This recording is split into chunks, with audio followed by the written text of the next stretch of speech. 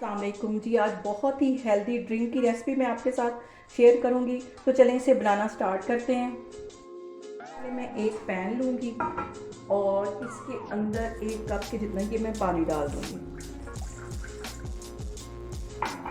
और ये 1.5 table spoon के करीब ये साबूदाना है ये इसके अंदर डाल दूँगी और इसको अच्छी तरह बॉईल कर लूँगी। जितनी देर में साबूदाना बॉयल हो रहा है उतनी देर में आधा ग्लास के जितना ये मैंने पानी ले लिया है और उसमें ये आधा टीस्पून के करीब मैं ये तुख मलंगा डाल दूँगी। ये भीगने के लिए मैं रख दूँगी और ये तकरीबन 10-15 मिनट में फूल के डबल हो जाएंगी। तो आगे फिर मैं आपको दिखाती हूँ। यहाँ पे देखें जी साबूदाना भी अच्छे से बॉयल हो गया है और इसको अब मैं इस तरह इसमें छान लूँगी। ये सारा साबूदाना जो है वो छन्नी में आ गया है। इसके ऊपर मैं ठंडा पानी डालती हूँ। ये बहुत ही मज़े का एनर्जी ड्रिंक बनता है। अब इसको इसमें ताकि ये चिपके ना ये सारा। यहाँ पे सबसे पहले इसमें मैं ये आइस क्यूब्स डाल दूँगी।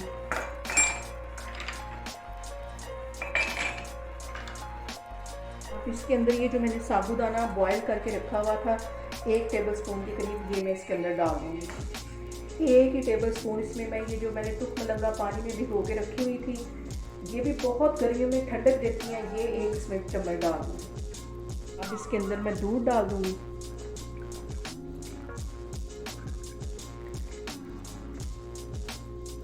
और 1 टेबल स्पून के करीब इसमें मैं ये रूह अफ़ज़ा डाल दूँगी।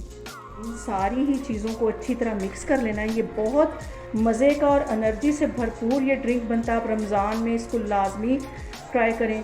और इसके ऊपर अब मैं बादाम कटे हुए डाल के तो इसकी गार्निश कर लूँगी।